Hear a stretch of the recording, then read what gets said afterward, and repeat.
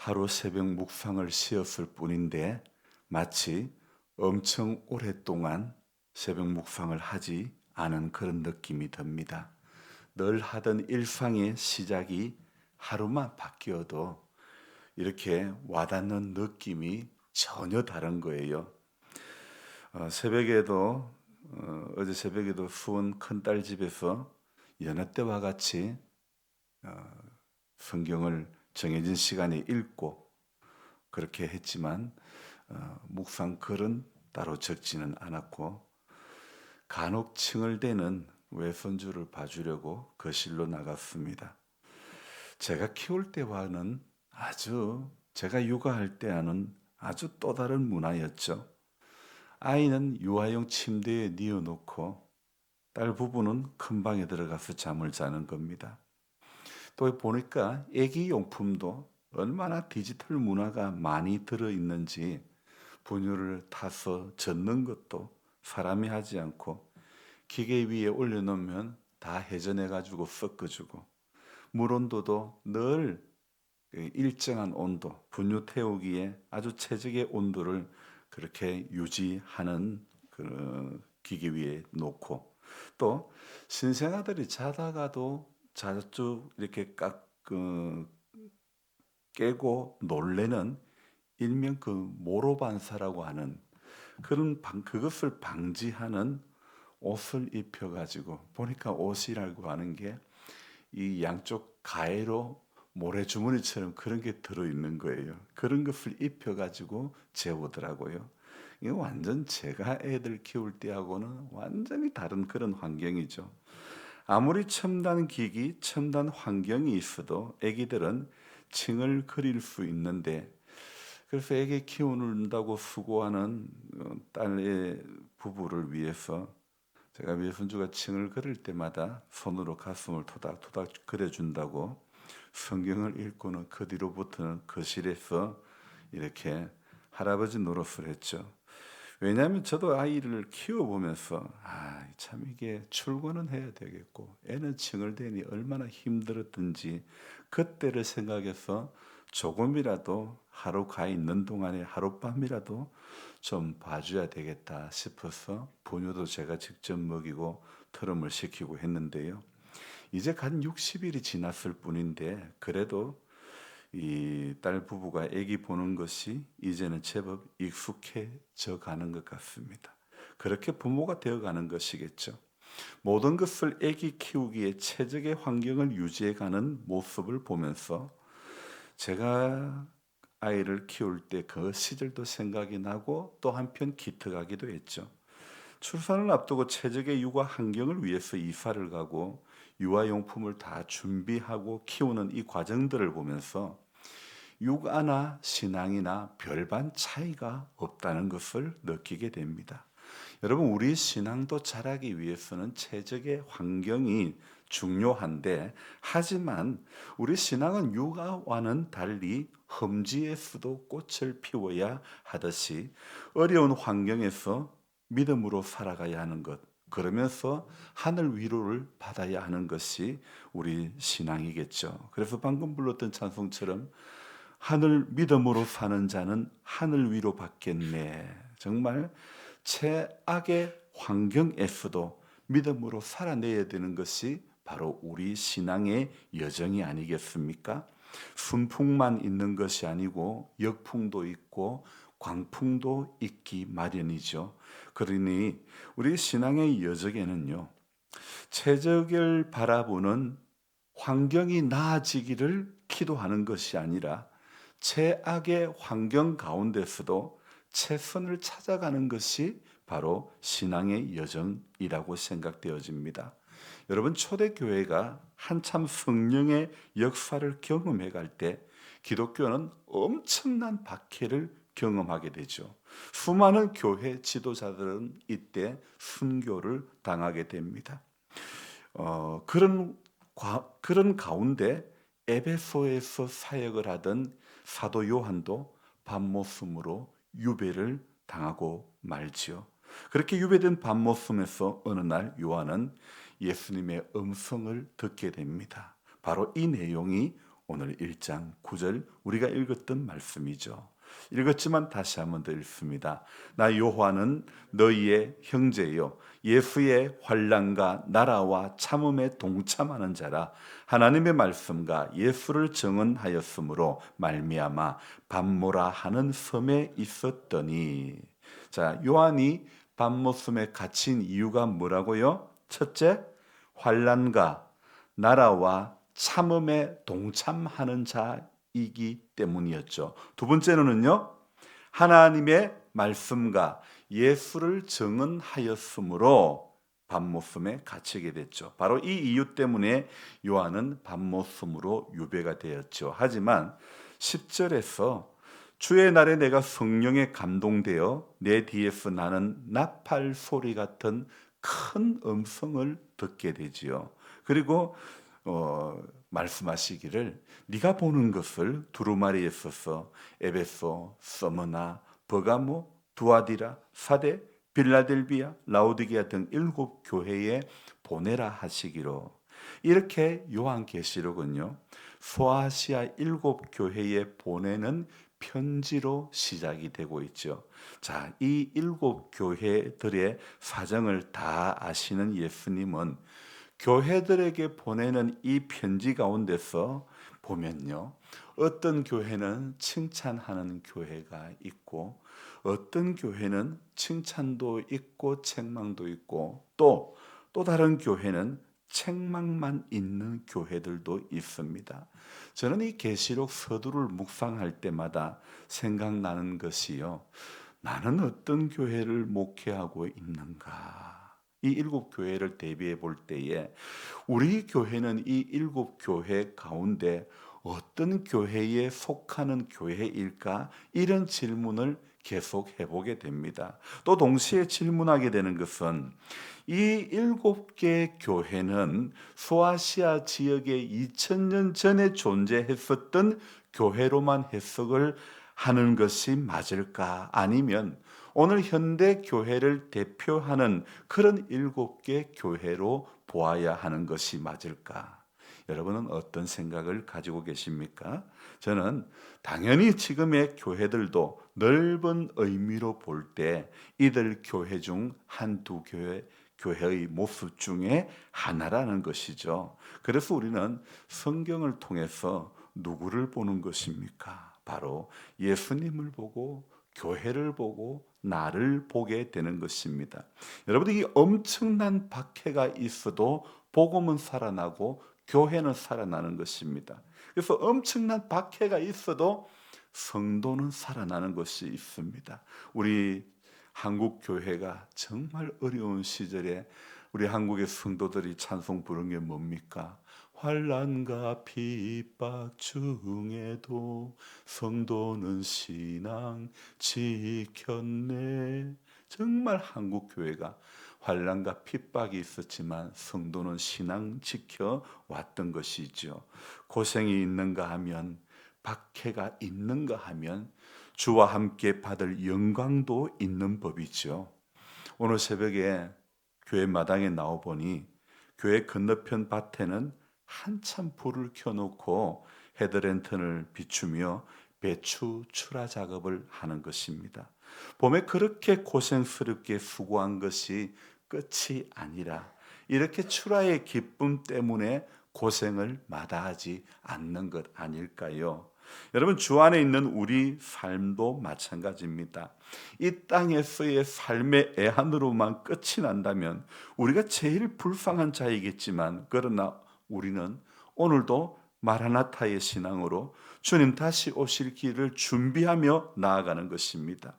반드시 주와 함께 받을 영광의 날이 있을 줄로 믿습니다. 그 영광의 나라에 들어가기 때문에 여기 고생이 있고 여기 아픔이 있고 여기 눈물이 있어도 소망의 주님만 바라보며 하루하루 나아가는 것입니다.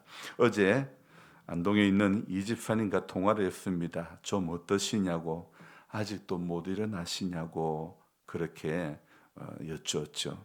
살살 일어나 붙잡고 화장실 가는 정도입니다. 그러는 거예요. 참 감사하더라고요. 그리고 지금 이 시간에 미국의 제 큰누님 집에는 우리 이동일 장로님과 우찬의 권사님이 방문해서 교제하고 있다고 합니다. 미국에서는 사실 웬만해서는 자기 집에 초대를 하지 않는데 주님의 사랑은 사람을 만나게 하는 겁니다. 교제하게 하시는 겁니다. 하나님은 성도의 만남을 통해서 역사해 가시는 겁니다. 혼자 이길 수 없습니다. 같이 이겨나가는 겁니다. 어제 오는 길에 선배 목사님이 섬기는 교회에 들렀습니다. 사모님이 수년째 몸이 안 좋아가지고 어려움이 있습니다. 사모님이 어렵고 아픈 가운데 있으니 목사님도 이 밥을 자기가 손수해 가면서 너무너무 힘들면서 저보다 한참 연배이신 목사님이 나도 우울증이 올 정도로 너무너무 힘들다. 그런 말씀을 하시더라고요. 여러분, 병 앞에 혼자 이길 수 없기에 성도를 만나게 해주시는 것이고 교회를 만나게 해주시는 것입니다. 문제 앞에 우리에게는 이길 방법이 없기 때문에 예수님을 우리에게 주신 것입니다. 말씀을 주신 것입니다. 사도 요한이 이 밤모습에서 본 것이 무엇입니까? 11절 내가 보는 것을 두루마리에 써서 7 교회에 보내라 하시기로. 그리고 12절에 몸을 돌이켜 나에게 말한 음성을 알아보려고 돌이킬 때에 7 금촛대를 보았는데 13절 촛대 사이에 인자 같은 이가 발에 끌리는 옷을 입고 가슴에 금을 띠고 14절 그의 머리에 털에 희기가 흰 양털 같고 눈 같으며 그의 눈은 불꽃 같고 그의 발은 풀무불에 달렬한 빛나 주석 같고 그의 음성은 많은 물소리와 같으며. 자, 여러분, 계시록 1장에서 우리가 붙잡아야 할 말씀이 무엇인가를 생각해 봅니다. 밤모섬에 유배되어 온 사도 요한, 그에게 소망이 있다면 소망은 무엇일까요? 교회 성도들과 격리되어 혼자 유배되어 있는 사도 요한의 유일한 소망은 바로 예수님의 재림이 아닐까요? 계시록은요, 우리에게 재림 신앙을 알려주는 책입니다. 지금의 상황은, 이 요한계시록의 상황은 박해입니다. 박해, 밤모섬의 유배, 바로 기양살이죠. 하지만 요한은 이런 고백을 합니다. 2절을 같이 읽습니다. 요한은 하나님의 말씀과 예수 그리스도의 증거 곧 자기가 본 것을 다 증언하였느니라. 어떠함에도 불구하고요, 박해가 있음에도 주변에 다른 제자들이, 수많은 지도자들이 순교를 당함에도 불구하고 요한은 하나님의 말씀과 예수 그리스도의 증거 곧 자기가 본 것을 다 증언했다. 그렇게 이야기를 하고 있습니다. 이 요한이 밤모섬에 유배되어 와가지고 아이고 내 팔자야 이렇게 하지 않았습니다. 자기가 본 것을 다 내가 왜 여기 들어와야 되냐 이렇게 하지 않았습니다. 하나님의 말씀과 예수 그리스도의 증거, 자기가 본 것을 그는 다 증언하는 겁니다. 그뿐 아니죠. 그는 엄청난 고백을 합니다. 3절입니다. 같이 읽습니다. 이 예언의 말씀을 읽는 자와 듣는 자와 그 가운데 기록한 것을 지키는 자는 복이 있나니 때가 가까움이라. 아멘. 박해가 있어도, 박해를 받아 밤모섬에 잡혀왔어도 요한은요, 하나님의 말씀과 예수 그리스도의 증거 곧 자기가 본 것을 다 증언했다고 말씀하고 있죠. 자, 그리고요, 오늘 3절 말씀처럼 이 예언의 말씀을 읽는 자가 되고 듣는 자가 되고 그 가운데 기록한 것을 지키는 자가 되는 것입니다. 바로 오늘 성도는요, 요한의 이 고백 앞에 우리 모두가 서야 된다고 저는 생각합니다. 그래서 여러분, 마지막 때를 사는 성도가 해야 할 일은 예수 그리스도를 증언하는 것입니다.